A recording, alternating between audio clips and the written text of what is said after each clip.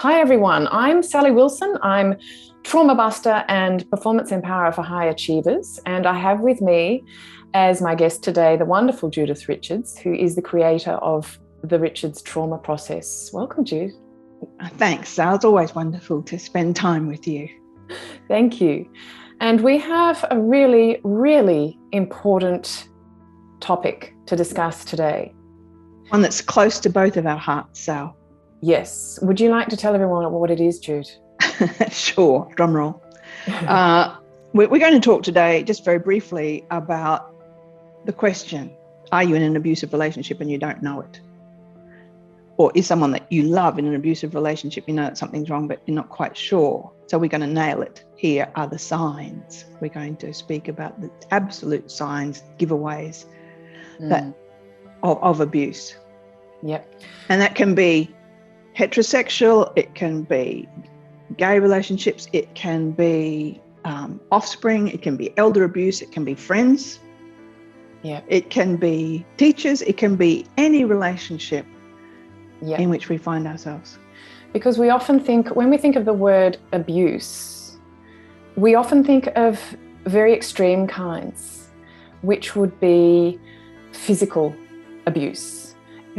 Extreme emotional abuse, but abuse can happen in so many guises, and often it's very insidious. It can be subtle, and it can be in the workplace or anywhere. Yep. So can you give us just an idea of sort of the spectrum of what we're talking about here, the different ways this can look?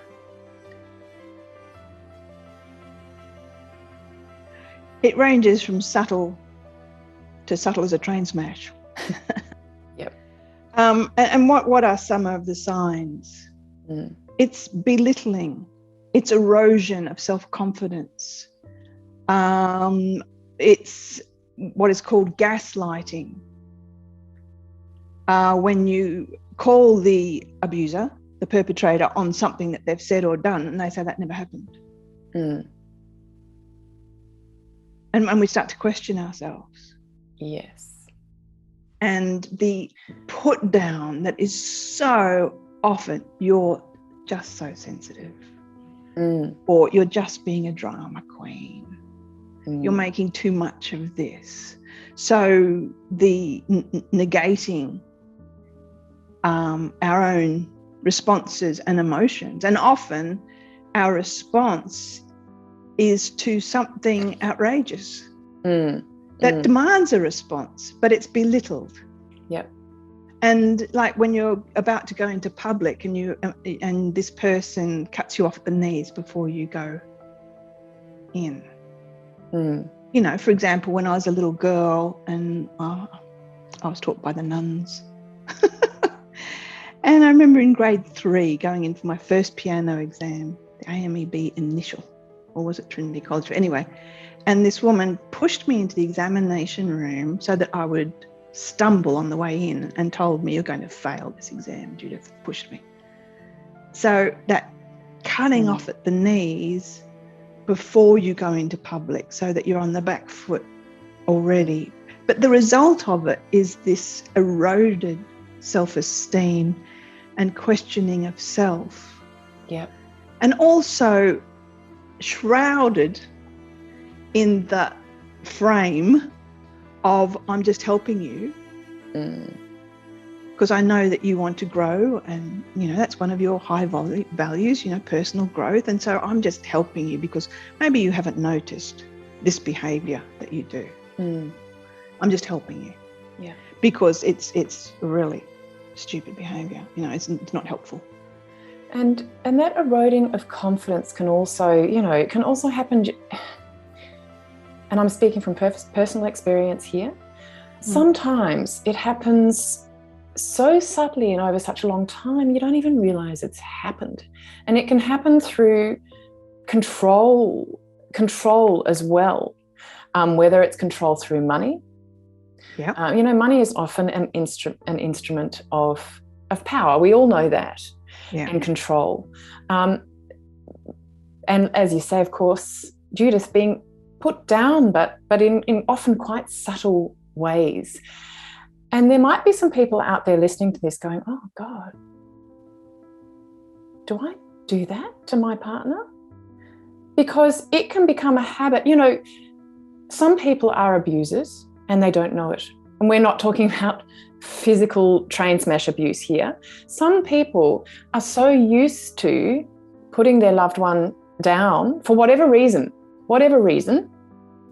Often it's a pattern that started during childhood themselves, and they've experienced that themselves, and so the same thing happens. And they don't realise that they're being abusive. So what would you say to that, Jude?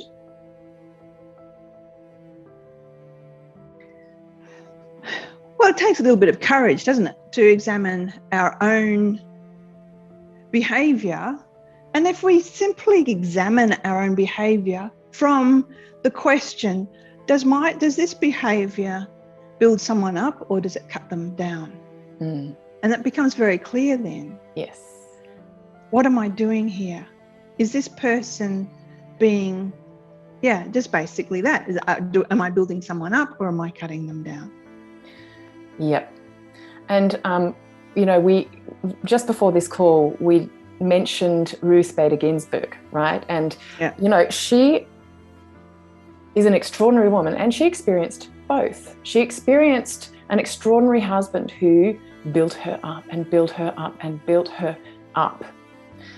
And, of course, she experienced the opposite as a woman in the law when there were so few women in the law, and despite having achieved such extraordinary academic accolades, having gone to Harvard and Columbia, still couldn't get a job, any job as a lawyer in New York City when she graduated.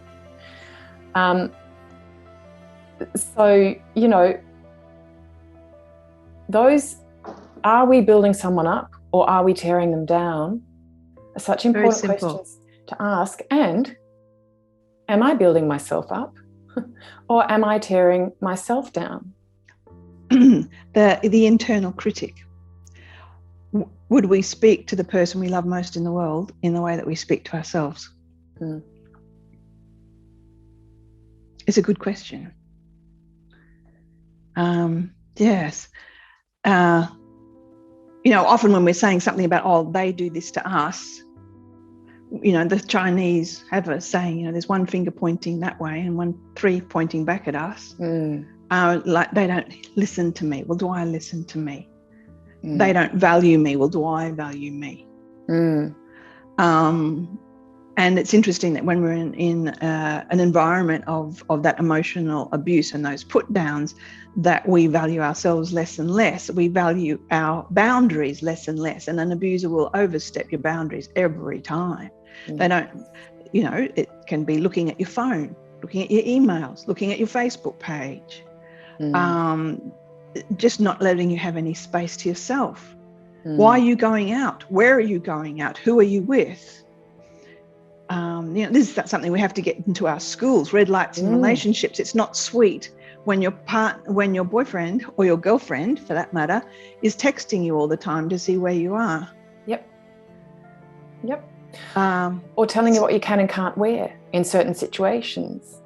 Yes. Or there are all different aspects of this. And if you realize that your freedom is being limited, and you are being put down in a way that you could interpret as abusive, because we're not used to interpreting these sorts of things as abuse, what do you do, Jude? Stop it. Stop it. Yeah. Examine it closely. Talk to people outside the relationship, because in these relationships, the abused world gets smaller and smaller. I'm going to go out with my girlfriends on Wednesday night. Well, what about me? So the guilt trip for actually doing something, or why is it that you want to go and play the piano for a couple of hours? What about me? So that you don't own your own space. You don't own your own time to speak to somebody outside, because when you're in that space, your world becomes smaller and smaller and smaller. And that's one of the tactics, isolation. It's like these people go to school, to a abuse school, learn all the rules of abuse because they all do the same thing. And isolation is a big one. And so we don't discuss with people what's going on. And so we lose sight of what's normal.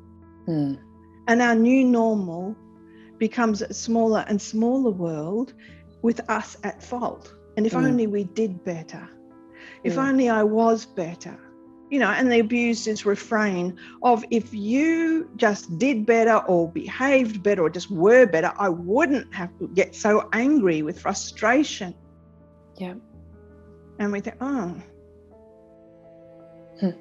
it's interesting because you can go to relationship counsellors and the abuser is often charming and gets the counsellor on side and it becomes 2 against 1. I had that happen. And that's an interesting dynamic. Yeah. But, and we take on the blame. Yes. We take on the shame. We take on the guilt.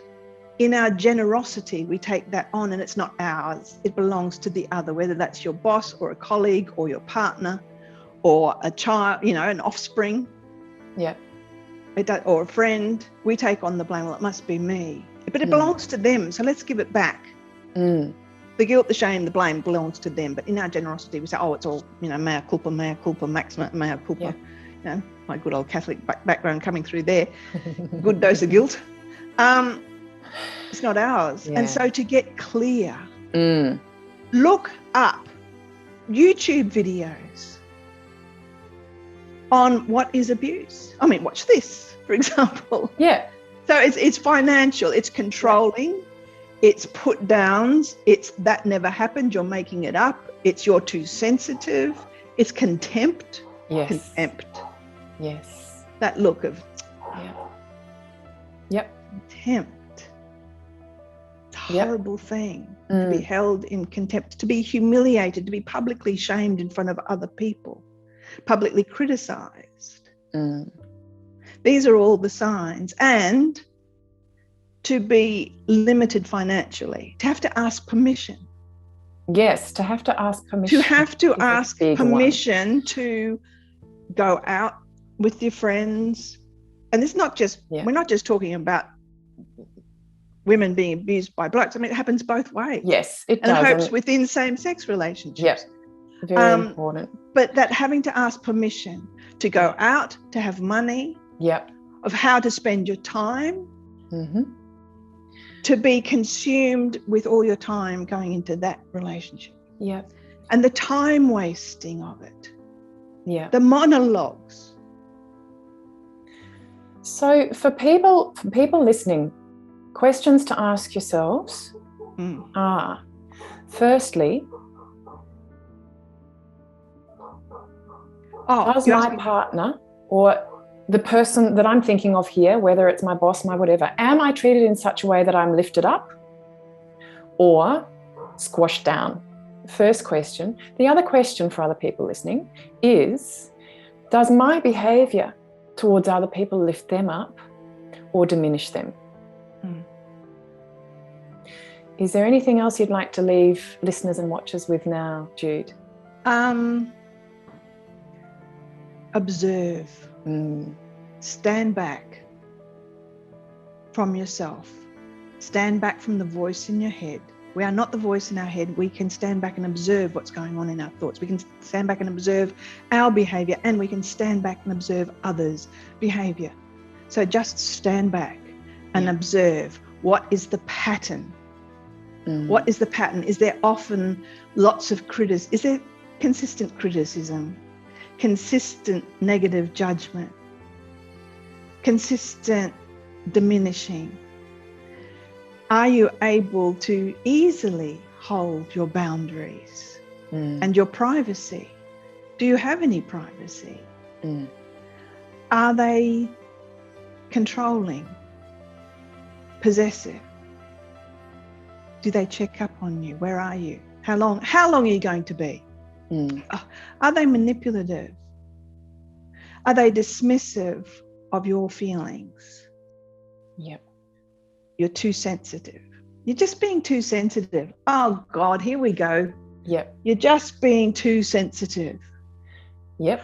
And do they, when you bring up an issue, when you, for example, when you do this, I feel like this. Mm. And instead of going, oh gosh, oh, I'm terribly sorry. What do you think? How can I avoid that? They go, well, how do you think I feel when you do this and this and this and this? And they've got a list from over the years of what you have done. Mm. When they, that's another typical pattern. So these are the things to stand back, observe. And just to flip that on its end again, as you listen to this, listening to this, are you thinking, oh, hang on, I do that. Yeah. So let's be really honest with ourselves and observe our behaviour as well. Our own behaviour. Do we lift the people in our lives up, or do we put them down? And some people are real putter-downers. And some people, as I was, where I will make myself less so that you feel that you are more. Yep. Remember, this is a video, don't you, as well as an audio tune? Yeah. So, listeners, there was a little bit of comedy there. As I disappeared down out of the frame of the video. Yes, I will make myself less so that you become more. And some of us become appeasers. Some of us are raised as appeasers. Yeah. If I make you, if I show you I'm on your side, if I do everything that I think you want me to do, well, maybe you'll give me some love. Yeah, and maybe I'll be safe then. Maybe I'll be safe. Yeah, that's a really interesting. Yes, we just need to stop it. Stop it. 2 words: STOP. New word: IT. Because we're also saying to people out there who are noticing some of those behaviours themselves, that they're perpetrating that sort of behaviour. You're not necessarily an evil person. We're not saying that either. But we all need to be responsible for our behaviour and recognise those signs. Am I being abusive or not? Am I lifting people, or am I, diminishing them? Even just, Sal, as we were talking about the other day, the need to be right. Yep. I will pursue an argument to the end, and I will show that I am right and you are wrong. Yep, and that was me. That was me. Another living example situation. When I was at school, I was like so good at debating. In that debating team, woo! I mean, of course, outside of the debating team too, what I'm talking about is that I had to be right. And that can arise from a self-protective attitude as well. So we're not necessarily saying, everyone out there, if you're recognizing these behaviors in yourself, that you're abusive, that you're evil. You're not evil. But you found a way to survive. Yep. And is that behavior serving you? And is it serving the people that you love? Yeah.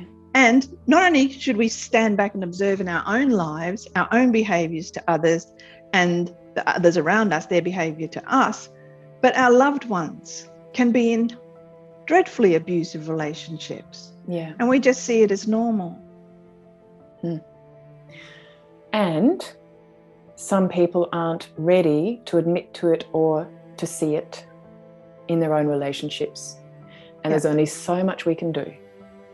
That's true. Yeah. On that note, thank you once again for a wonderful conversation and an important conversation, Jude. It's such an important conversation, Sal, and it starts with those questions. Am I lifting others up or putting them or bringing them down? Are the people in my life lifting me up, putting me down? Who do I choose to have in my life? Because I deserve to create the environment around me in which I can thrive and not just exist, not just survive. Yep. So on that note, thank you for joining us, everyone, and we'll see you or, join with you on the waves next time. Bye. Thanks, Sal.